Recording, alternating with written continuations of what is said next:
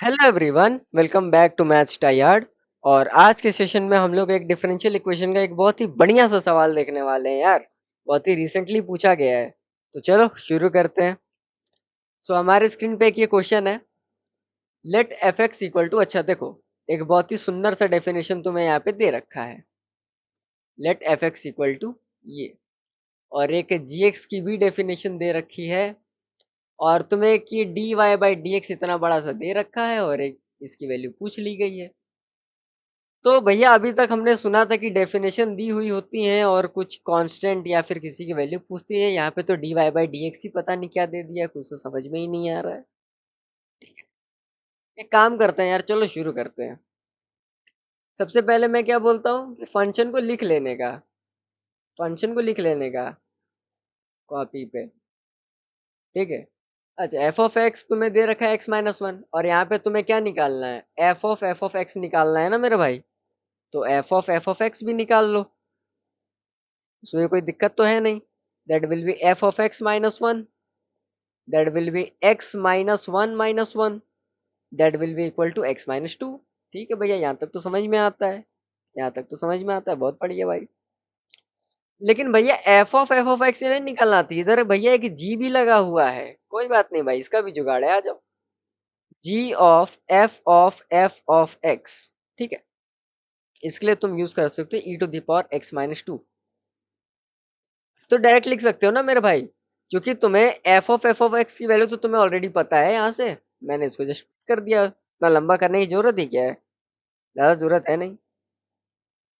अच्छा भैया, अब एक बात बताओ मेरे भाई, क्या तुम अब उस d Y by D x को, जो कि वो उतना डरावना सा लग रहा था, क्या तुम ऐसे नहीं लिख सकते हो कि अच्छा भैया, वो D Y by D X जो था ना, वो D Y by D X equal to क्या लिखा था, e to the power minus two under root x, minus two under root X. ठीक है। और ये हो गया तुम्हारा e to the power X minus two. ओ, एक्स माइनस टू। और आगे क्या था, minus Y by root x, minus Y by. ठीक। एक काम करो मेरे भाई,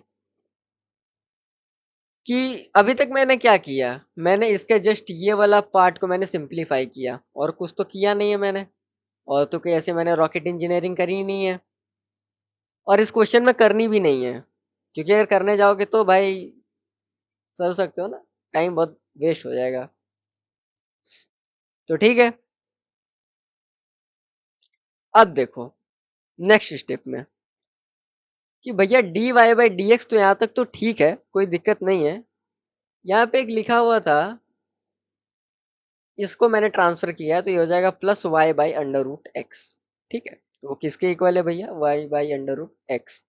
किसके इक्वल है भैया, ये तो इक्वल है e to the power minus two root X. ठीक है।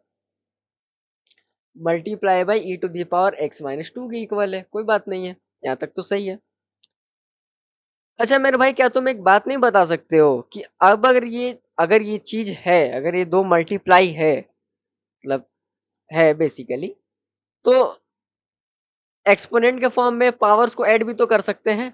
तो इसको इतना लंबा चौड़ा ना लिख करके तुम इसको सीधा डायरेक्ट ऐसे लिख दो कि ये ई है, और ई की पावर हो जाएगा भैया एक्स माइनस टू, और एक हो जाएगा x minus two root x minus two. ओहो, ये पेन को भी पता नहीं क्या हो जाता है कभी कभी यार। X minus to. ओके, यहाँ तक हो गया। क्या तुम्हें दिख रहा है कि ये लीनियर डिफरेंशियल इक्वेशन है, ये वाला जो पार्ट है मेरे भाई, ये लीनियर डिफरेंशियल इक्वेशन है। Yes, linear differential equation in y, in terms of Y.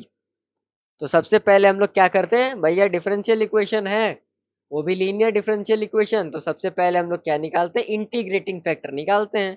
Integrating factor को आमंत्रित करो, इंटीग्रेटिंग फैक्टर को निकालोगे तो ई बाई, ई के ऊपर में इंटीग्रेशन चढ़ाओगे, ऊपर लिखोगे तुम D Y by root X, D Y by root X, और वन बाई रूट एक्स का तो सबको पता ही इंटीग्रेशन क्या होता है, e to the power two times of under root X हो जाएगा। तो ये तुम्हारा इंटीग्रेटिंग फैक्टर है। ठीक है। तो इसका सॉल्यूशन क्या होगा, इसका सॉल्यूशन अब देखो, तो इस डिफरेंशियल इक्वेशन का सॉल्यूशन क्या होगा, इस डिफरेंशियल इक्वेशन का तुम्हारा सॉल्यूशन हो जाएगा y times multiplied by e to the power 2 times of root x।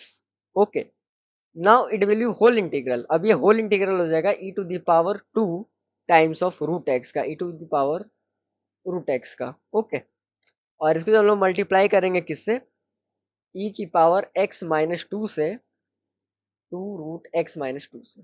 Okay, यहाँ तक हो गया, और यहाँ dx हो जाएगा plus constant of integration. Okay, यहाँ तक तो ठीक है भैया। y times of e to the power 2 root x है, यहाँ तक तो ठीक है। इसको ऐसे लिख लेते हैं हम लोग, e की पावर x माइनस 2 लिख लेते हैं, dx लिख लेते हैं प्लस कांस्टेंट इंटीग्रेशन c हो जाएगा, कोई दिक्कत वाली बात नहीं है। अच्छा भैया, अब इसको फाइनली इंटीग्रेट ही तो करना है, इसमें तो अब कोई दिक्कत वाली बात तो है नहीं। नहीं भाई, अब कोई बात नहीं है, यहाँ से अब इसको डायरेक्ट इंटीग्रेट कर लो। तो e to the power x का इंटीग्रेशन तो सबको पता है कि x को तुम तोड़ो या जोड़ो कोई दिक्कत नहीं होता है, तो भाई यहाँ पे भी सेम चीज छाप दो। काफी इजी क्वेश्चन था ये, बस वो जो स्टेप मैंने स्टार्टिंग में किया था वो दिक्कत वाली थी, वो तुम्हें झुलसा सकती थी। अब यहाँ तक तुमने निकाल लिया है, my bad, dead will be plus see here, ठीक है, यहाँ तक तुमने कर लिया। अब क्वेश्चन को पढ़ो क्या लिखा है। अब तुम्हें y 0 पे वैल्यू 0 दे रखी है। एक काम करो, यहाँ पे y 0 पे वो लिखा है कि y 0 पे वैल्यू 0 है, यानी इसका मतलब सीधा सीधी ये है कि x इक्वल टू 0 पर, x इक्वल टू 0 पर y इक्वल टू 0 हो जाता है।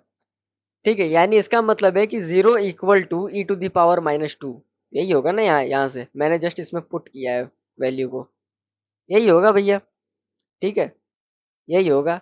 यानी c की वैल्यू क्या आई, कांस्टेंट की वैल्यू यहाँ से क्या आई, कांस्टेंट की वैल्यू तुम्हारी यहाँ से आ गई ई टू दी ई की पावर माइनस 2, और ये निगेटिव आ जाएगा यहाँ से।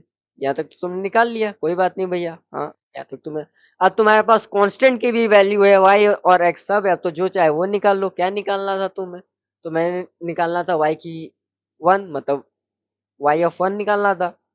एक काम करो, एक काम करो कि जब तुम्हें y ऑफ 1 निकालना है, यानी इसका मतलब है कि एट x इक्वल टू 1 क्या हो जाएगा, x इक्वल टू 1 पुट करोगे तो वो इक्वेशन क्या थी तुम्हारी, ये वाली इक्वेशन, ये मास्टर इक्वेशन है भाई, इसको मत छोड़ना, इसी में पुट करना है तुमको। ये क्या हो जाएगा जब उसमें तुम 1 पुट करोगे, that will be equal to y equal to e की पावर माइनस 1 माइनस ई की पावर माइनस 2, और उसको तुम डिवाइड कर लोगे किससे, ई स्क्वायर से। ठीक है, तो 1 बाई ई हो जाएगा, माइनस कर लोगे 1 बाई ई स्क्वायर हो जाएगा, डिवाइड कर लोगे ई स्क्वायर से। ठीक है, यानी ये हो जाएगा ई स्क्वायर माइनस ई से, और उसको तुम डिवाइड कर लोगे ई की पावर 5 से, ई की पावर 5 से, एक ई की पावर 5 से। ओके, ठीक है, और तो यहाँ पे तुम्हारा ई टू ई माइनस 1 हो जाएगा, और ई की पावर 4 हो जाएगा। ऊपर से मैंने ई कॉमन लेके कटा दिया, ठीक है।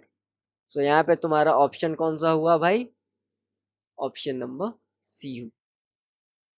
Sorry sorry sorry sorry sorry, your correct option is option number 1। ठीक है, वही क्या चीज है, तो हो जाता है मिस्टेक है। तो इस क्वेश्चन में कुछ खास नहीं था, बस ये वाला पोर्शन ट्रिकी था, इस वाले पोर्शन को मैं, यस मैं ट्रिकी कहूंगा।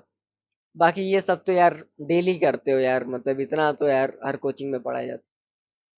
तो अगर वीडियो पसंद आता है, वीडियो को लाइक करना, शेयर करना, सब्सक्राइब करना, ठीक है। जे एडवांस जेई और मेन लेवल के क्वेश्चन को हम लोग बहुत इजी तरह से सॉल्व करते हैं, brain twisting question smart technique के साथ। और मैथ्स को सीखना है तो मैथ्स ट्राई हार्ड के साथ बने रहना हो। और तब तक के लिए तुमने मुझे सपोर्ट किया, मेरे थोड़ा सा हेल्थ इशू था, इसलिए मैं इतने दिन से वीडियो नहीं डाल रहा था। अब से ट्राई करूंगा थोड़ी सी, मतलब कंसिस्टेंसी मेंटेन करने की। Still my health is not that good, but yes I can try to move further. तब तक के लिए keep learning and keep exploring, bye.